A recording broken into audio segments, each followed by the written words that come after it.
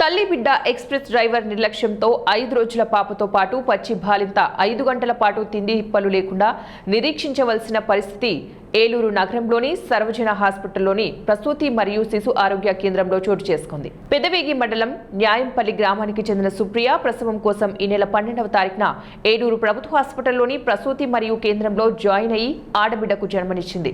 అయితే పుట్టిన బిడ్డ తక్కువ బరువుతో పుట్టడంతో 6 రోజుల పాటు బిడ్డని వెంటిలేషన్ నుంచి చికిత్స అందించారు. అయితే మధ్యాహ్నం 2 గంటలకు డిశ్చార్జ్ చేసినప్పుడు బాలింతను బిడ్డను ఇంటికి చేర్చేందుకు ప్రభుత్వం ఏర్పాటు చేసిన తల్లి బిడ్డ ఎక్స్ప్రెస్ సకాలం రాలేదు. డ్రైవర్ కి ఫోన్ చేస్తే డిఎంహెచ్ఓ ఆఫీస్లో ఉన్నానని, మీటింగ్లలో ఉన్నానని, డిఎంహెచ్ఓ మేడం పని మీద ఉన్నానని రకరకాల కారణాలు చెప్పాడు. అయినప్పటికీ సహనంతో తిండి టిప్పలు లేకుండా దోమలతో బాధపడుతూ వాహనం కోసం ఎదురు చూశారు.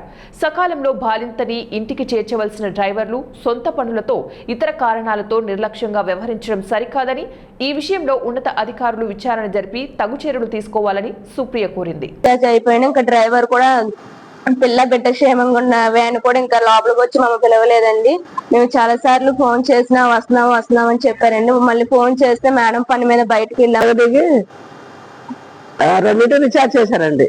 కిందకి వస్తే పావు గంటల వచ్చి ఇక్కడ గేట్లోనే తల్లి బిడ్డ వెహికల్ అండి, అంబులెన్స్ అండి. ఆయన ఫోన్ చేస్తాను మమ్మల్ని గచ్చినట్టు మాట్లాడుతున్నాడండి. సూపరింటెండెంట్ గా వెయిట్ చేసి దోవల్లో ఉండి సూపరింటెండెంట్ గారి దగ్గరికి వెళ్ళి ఆయన దగ్గర నెంబర్ తీసుకొని మాట్లాడితే వేరే డాక్టర్ గారిని పంపించారండి.